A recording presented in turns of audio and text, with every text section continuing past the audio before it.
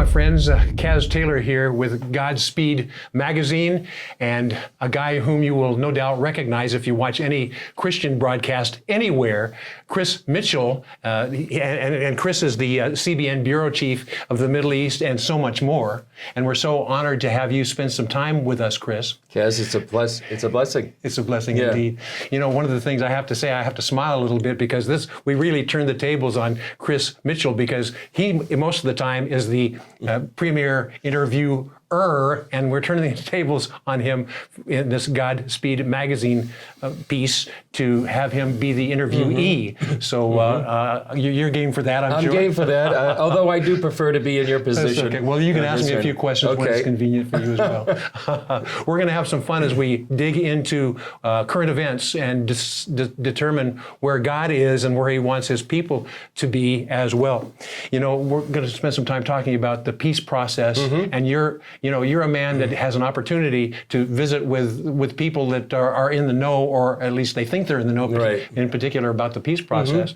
So there's a phraseology that's bantered about oftentimes about the two-state solution or land for peace, right, and things like that. So we know of a Trump peace plan, right, which is the deal of the century. Right. And so a lot of people wonder what a two-state solution could be in light of that. And as this program is broadcast, it's going to be broadcast even after the peace treaty will be released. Right. So I want to keep this timely, Sure, but you can go back in history and look at the two-state solution. Give us some insights from your perspective. You've been here in Israel for a long time and seen the workings of this. Right. What's your sense about this land for peace mentality?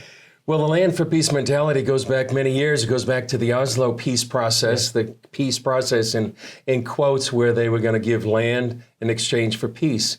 It's been over 25 years since this began.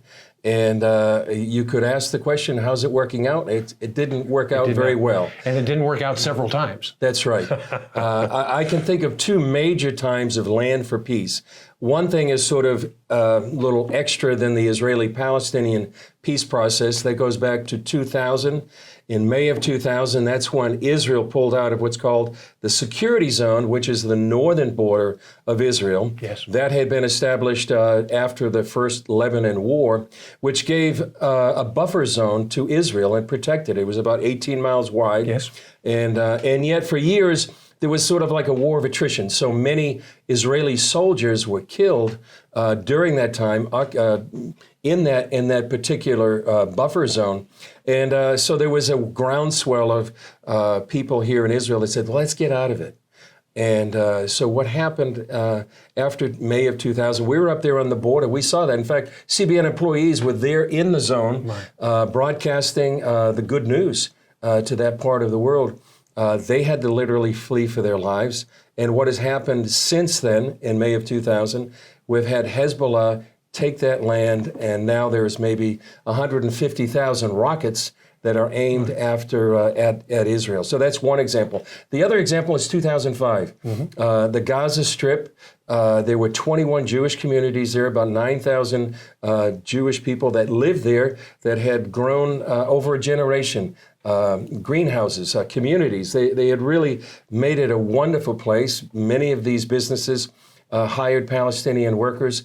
So then there was a plan by then Prime Minister Ariel Sharon. They called it the disengagement. They said, let's get out of Gaza completely. Not one Jewish person there, not a Jewish cemetery, not a Jewish community. And they were very thorough about what they did to get out of it. Very conscientious about it for the sake of peace. Exactly. But, exactly.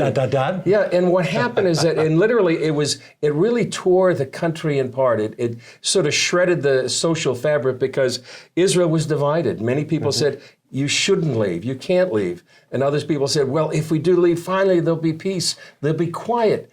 And yet what happened was nothing but quiet. Yeah. And in fact, the people there said, listen, we're the finger in the dike to this wave of terrorism. Yes. And they turned out to be very accurate and prophetic. They came out, and now in Gaza you have Hamas, you have Palestinian Islamic Jihad. Yes. Over the many years since they pulled out in 2005, Thousands of rockets have been fired out of Gaza into southern Israel, even into Tel Aviv, here in Jerusalem as well. Yes. And so the land for peace didn't work in 2000. It didn't work in 2005. I think the whole concept is Yes. not working. There's some scriptures that would suggest that as well. I mean, God is so resolute in His love for His land and His people. He said, right. I'm giving it to you. Don't be giving it away. Don't fritter it away. That's right. The Bible says it's His land. That's right. And it says in Joel, it says, there's a judgment for dividing God's land. Yes. And so you have to be quite circumspect when you deal with the promised land here. So you can say fairly clearly that there are likely consequences when you have the mentality for land for peace. Very much consequences. And I think Israel is experiencing those consequences right now. And one other thing, Kaz, I think there's a whole different mentality from the Arab Islamic side than say the Judeo-Christian side. We think in the West, well, if we give them the land that they really want, well, then they'll agree and there'll be compromise and we can negotiate this.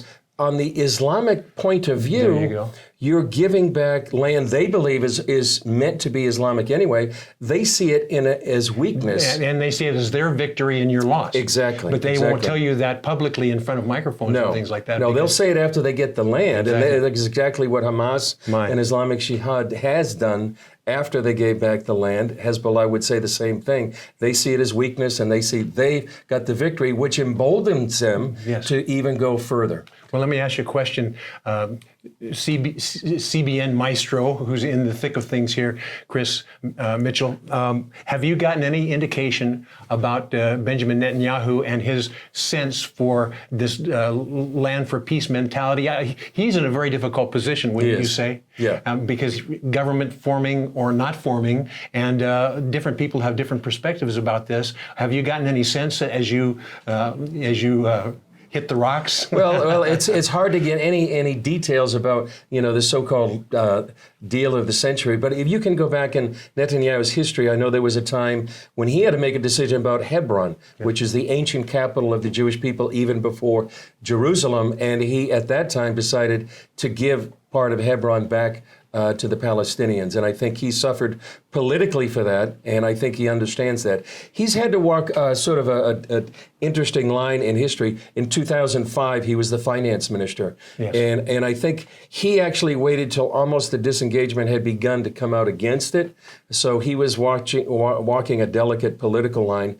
I think he realizes that there are consequences. And I think Netanyahu on the Israeli side, and I think on the American side, Jared Kushner and Jason Greenblatt, David Friedman, of course, I think, and Trump as well, I think they're walking a very delicate line, as they come out with this peace plan. Well, so let me ask you a little bit more specifically about your comment there. Do you sense, even with the best intentions of President Trump and his entourage, may put Netanyahu in a position of compromise that may be detrimental? Give me your take on that, because you're a Bible man as well. You know Scripture as well. What's your sense of the tension that's going on? And America is an ally, the best ally of Israel. And Israel, from my perspective, is one of our best allies as well. Sure. So you got a difficult situation there. Two friends, basically, and is Trump putting himself and America and Americans in a different compromising position, or how is Netanyahu dealing with that? Give me your take. Well, that's a great question. I think first of all, obviously, President Trump has recognized Jerusalem right here behind us as Israel's capital. Then he moved the U.S. Embassy from Tel Aviv to Jerusalem. The Jewish people see that as sort of like compared to President Trump to the biblical character of King Cyrus, who actually, helped the Jewish people come back to rebuild the Second Temple. And the half shekel is an amazing thing that is happening. My friend, if you're not familiar with this, it's the half shekel, which was the traditional offering of the temple, and it was minted just recently with two faces on it. Two faces, President Trump and King Cyrus. So they really see that like I've heard Jewish people say, we're never going to forget what President Trump did to the Jewish people. So you have that on one side, but he has made statements statements that, I've given the Israelis these kind of concessions. Now they're going to have to maybe be painful compromises Sure, or concessions. Exactly. So we don't know what those are yet. But I don't think we can underestimate the friendship, really, between Benjamin Netanyahu and Jared Kushner, Jason Greenblatt, David Friedman. They know each other. Sure. And may I add, too, not only the friendship there, but at least for this administration, it's the friendship between America and Israel itself. Oh, yeah. Not only the one-on-one relationship, but also the nation with nation. And we don't know, hopefully that will last even beyond different presidencies. That's right. You could argue right now that President Trump is the most pro-Israel president that Israel has ever had. Yes. And certainly a night and day contrast between the 8 years of President Obama. Sure. Would you see it that way as a news guy as well? Oh, for sure. I mean, there were, you can talk about the times when Benjamin Netanyahu went to the White House. One of the times he had to go through the servant's entrance. Yes. I mean, it seemed designed to humiliate him. And there was such a different perspective, particularly on the Iran nuclear deal. Sure. This was something that was sort of the hallmark of the Middle East peace policy of the Obama administration to negotiate this Iranian nuclear deal. Anything that was diametrically opposed to what Benjamin Netanyahu wanted. Yes, yes. So to your point, I think it's probably they understand, they meaning the Trump administration, all those that are negotiating, I think they understand that land for peace would put Benjamin Netanyahu in a very awkward position. Sure. I think they also understand the biblical perspective, the spiritual consequences of what they're doing. And I think one other point, Kaz, I think is the fact that they understand that evangelical Christians do not agree with this idea of land for peace. And I think that their support of the evangelical Christians in the United States is very important to them politically. Oh, absolutely. So I think that's part of the equation. Let me give you another perspective on this as well. Wouldn't you say that the climate is completely different now than in other times, because the mentality, you have a person that's not a politician negotiating or strategizing about a peace treaty. And so a businessman like Trump, his mentality about negotiating peace and providing a platform for successful peace is going to be different than a politician. Exactly. Wouldn't you say? Yeah. So would you say more than ever before there are different players in this peace plan that maybe have never entered the peace table in this way before? I mean, you've got this, you've got Jordan, and you've got the United Emirates, and you've got all the other nations, Egypt as well, and Saudi Arabia is a big player as well, as well as the Palestinians, who in some ways has to curry favor with some of their brethren. So there may be some leverage there that we've never seen that kind of leverage before. And the time frame that this is happening with the terrorism threat and things like that, there's a lot of pieces in place that could change the whole dynamics of a quote unquote peace process. Would you speak a little bit to that? Oh, no, I think that's a great point, because I think this paradigm that they're coming out now is probably going to be so much different than anything that's been proposed before. We don't know all the details, but we do know that economics is going to be a big part of this. I think economics incentive to the Palestinian Authority in the West Bank. I don't know how much they can, how much leverage they have with Hamas and Palestinian Islamic Jihad in Gaza, but I think this economic regional plan is something that's going to be unique and different for this deal of the century. And as you said, the relationships between Israel, the United States, and many of these Sunni Arab nations is unique, unprecedented, and even historic. That they are working together. And even just the other night, Benjamin Netanyahu was saying something at the anniversary of the 1-year move of the embassy from Tel Aviv to Jerusalem. Is he seems to always give these little intimates that perhaps these relationships with Sunni Arab nations is even much closer than we know privately as we know publicly. And one of the things that you wouldn't know it publicly because politics enters into it.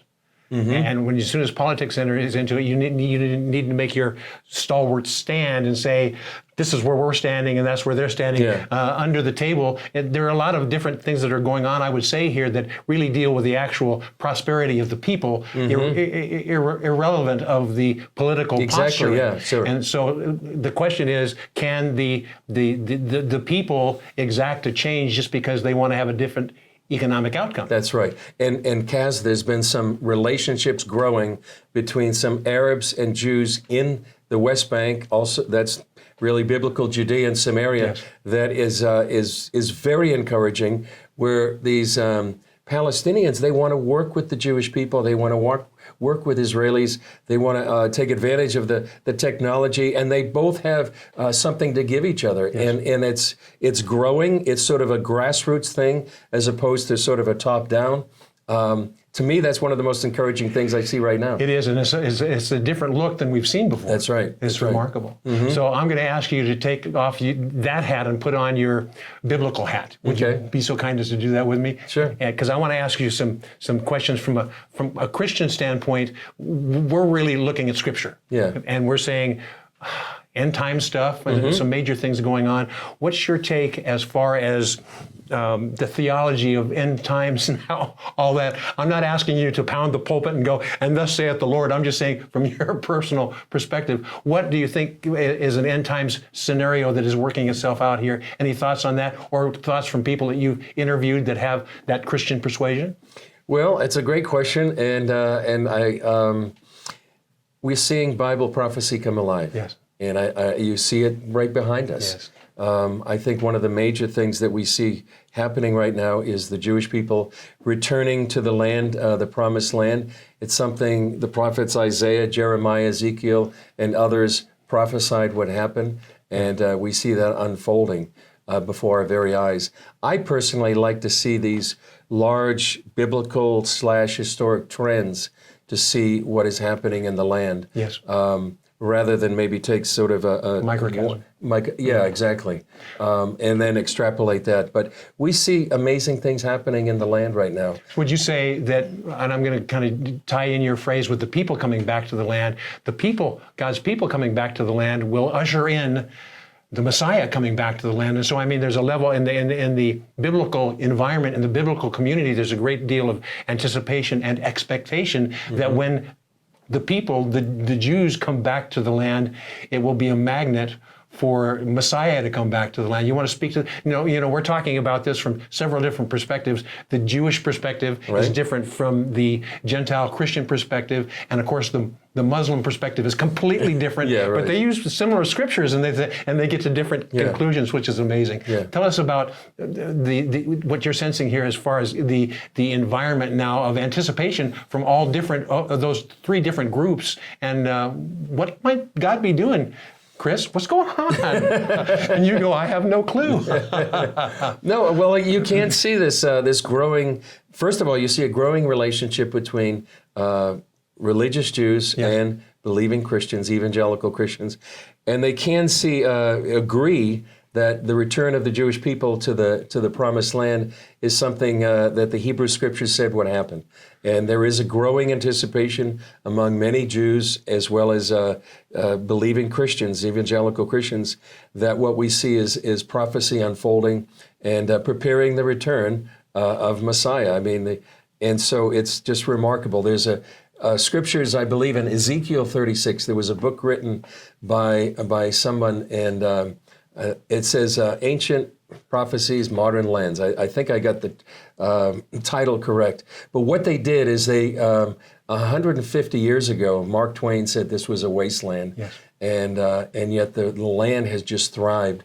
And what they did is they took black and white pictures from, say, the late 1800s to about the 1940s, and they went back to those very same spots, and they could see and document how the land itself has just blossomed since then. And when you see the black and white photos and the color photos today, just remarkable. It's like Ezekiel chapter 36 coming alive before our very eyes.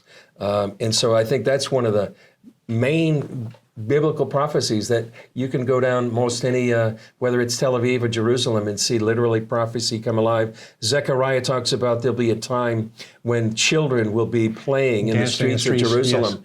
I see it many times. I was going to the dry cleaner a while ago, and I saw these kids playing in the streets on the sidewalk, and I thought, well, that's biblical prophecy. It's biblical prophecy. Now, would you say, if you put your telescope on and looked like 7 or 8 years ago versus now, would you say that the prophetical fulfillment is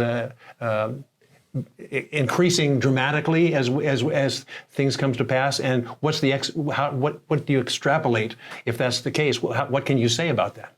It is accelerating, yes. And you see all these things in so many different ways. I'll give you another example, Kaz. We were down in the city of David, and I know you've been and studied that for many years. We had the opportunity to go down because recently they discovered a seal and a bulla, and on the bulla was the name Eliyahu, servant of the king. Yes. We had the opportunity to go down with the archaeologists and actually showed us the bulla and the seal. We're a little bit jealous of you because you get to go to all the action places and touch and feel and all those things. I did. I not only saw that, but we were standing in a place in the city of David. It was ironic because of the contrast. He had it in a little Tupperware container. These 2,600-year-old in Tupperware. And and so you've got the plastic, and then you have the ancient seals. Then he took us down, Kaz, into the room where they actually discovered it. And in the wall of the room, you can see black marks. Which is from the destruction, exactly, the burning the wooden beams from the destruction by the Babylonians of Jerusalem in 586 BC. And I could actually touch the embers. Right. And I thought, I'm touching history. You are. Yeah. And it was like, you can actually see this happening. I just was kind of picturing what it would have been like in 586 BC when they were burning and sacking Jerusalem and the embers were burning. It almost took me back there 2,600 years ago. Yes. It was just remarkable. I say that to say archaeology itself, it's like the rocks are crying out, showing the biblical record of what's happening here. It's almost as if the land itself is uncovering and revealing its ancient history. Let me give you a scripture, and I want you to extrapolate from that. Mm-hmm. We go way back into the book of Esther, and Esther was experiencing the threat of persecution and death of the Jewish people. Right.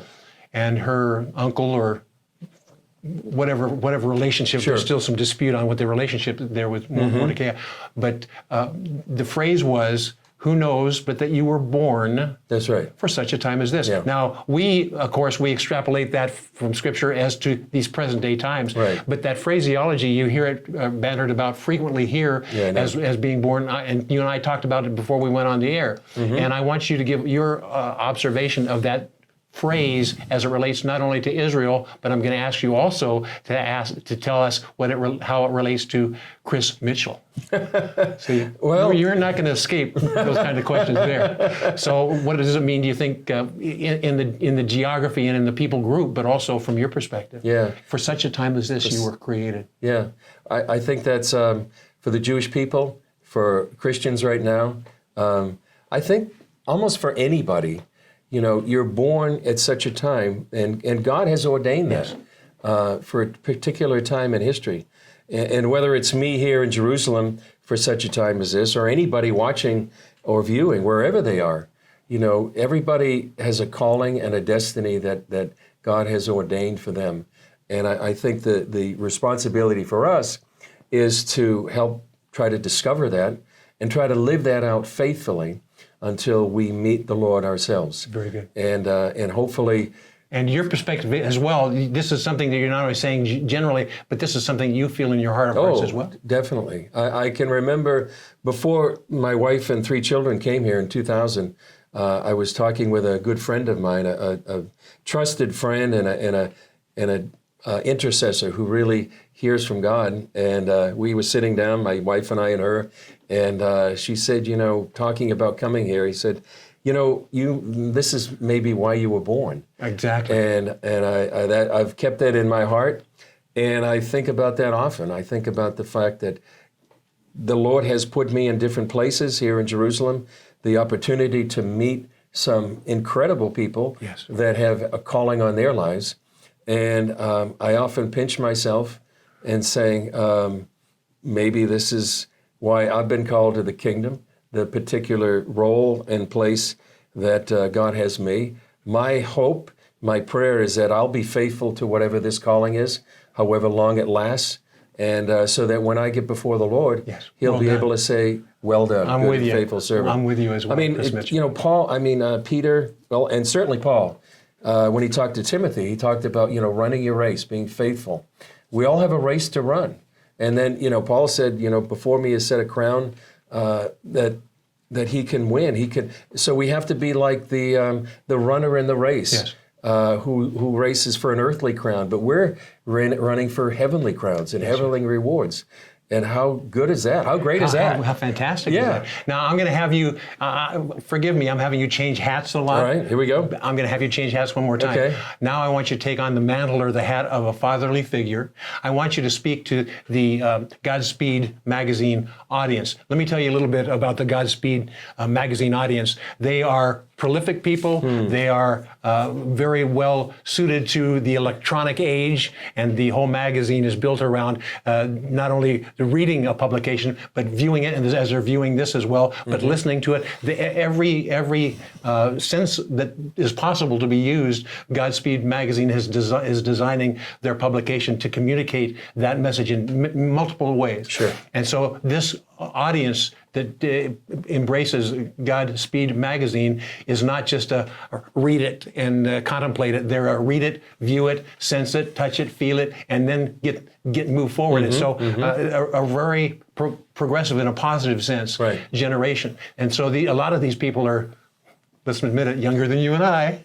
But so I want you to take your fatherly mantle and speak to these people, these younger people, about the time in which we live, and so a word of encouragement to them. I'm asking Chris Mitchell of CBN to put on your fatherly hat and lay it on us, Chris.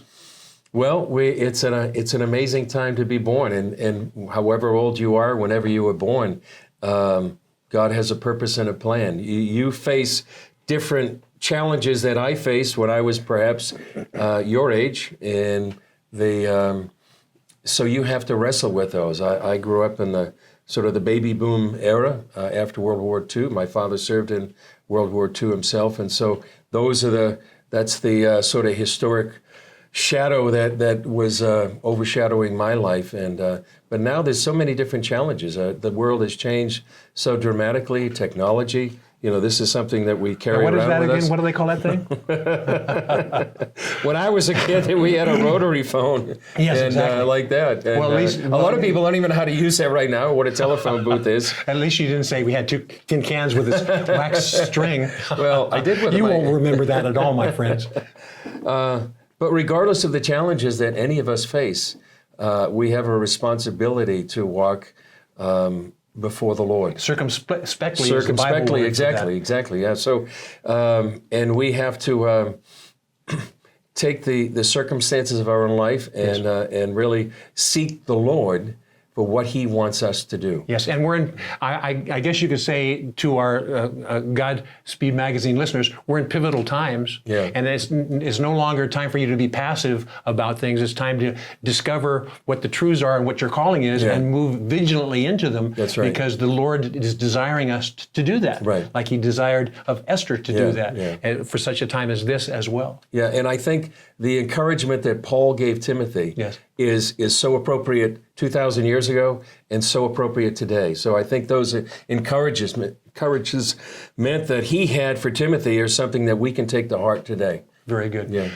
My viewing, listening, reading friends at Godspeed Magazine, I hope this interview was with Chris Mitchell, the CBN Bureau Chief for the Middle East, and so much more, as you can tell. What a remarkable guy you are. High accolades to you. And we thank you for spending some time with us. This was a sacrifice to you. We understand that you did, because you've got the world to conquer.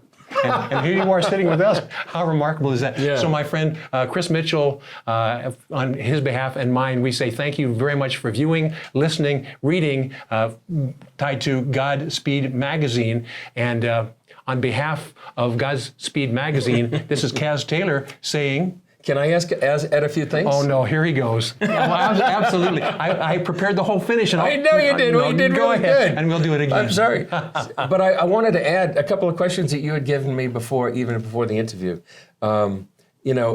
What do Christians need to know about such a time as this?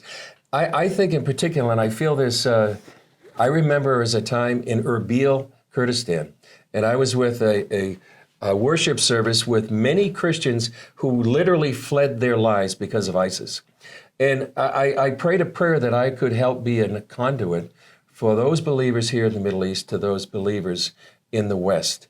And what I wanted to do is to encourage the believers in the West to remember their brothers and sisters here in the Middle East who have suffered greatly, great persecution, to pray for them, to do what they can to speak out for them. Almost there's like a dissonance and almost static between the West and the East. The church in the West really needs to know who's suffering, and so they can be part of their reconciliation. So many help. people in the church, as I know it, in America, we have no clue of the depth of the persecution that's going on across the earth. There's great persecution here in the Middle East, but there's also great hope. Would you believe that the fastest growing church in the Middle East right now, in the world, is Iran, where people are coming to faith through dreams and visions. Many of them see a man in white. And then often that's followed up by somebody giving them a Bible, inviting them to a house church. It's great danger right now. It's literally the book of Acts living out in Iran right now, in other places, even Afghanistan. It's one of like maybe the 5th or 7th fastest growing church. Oh my. So I think people need to be encouraged that Aslan is on the move. And Aslan is not a tame lion. Yeah. You need to know that. For those that don't know the reference, it's from C.S. Lewis's The Chronicles of Narnia. And the Lion, Witch, and Wardrobe and Beyond. And Aslan is a type of Christ, and Jesus is the lion moving. in the story. That's right. He's like the Lion of the tribe of Judah. So he's moving. And so people should be encouraged that many are coming to faith. Many of these are Muslims, Shiite Muslims, that are disillusioned with Islam. And so that's one thing they need to know. What else did you want to mention? And I wanted to mention that how can people get involved with God in Israel right now? Thank you very much. We need that question. I think the main thing people should do would be pray. The psalmist commanded us to pray for the peace of Jerusalem in Psalm 122.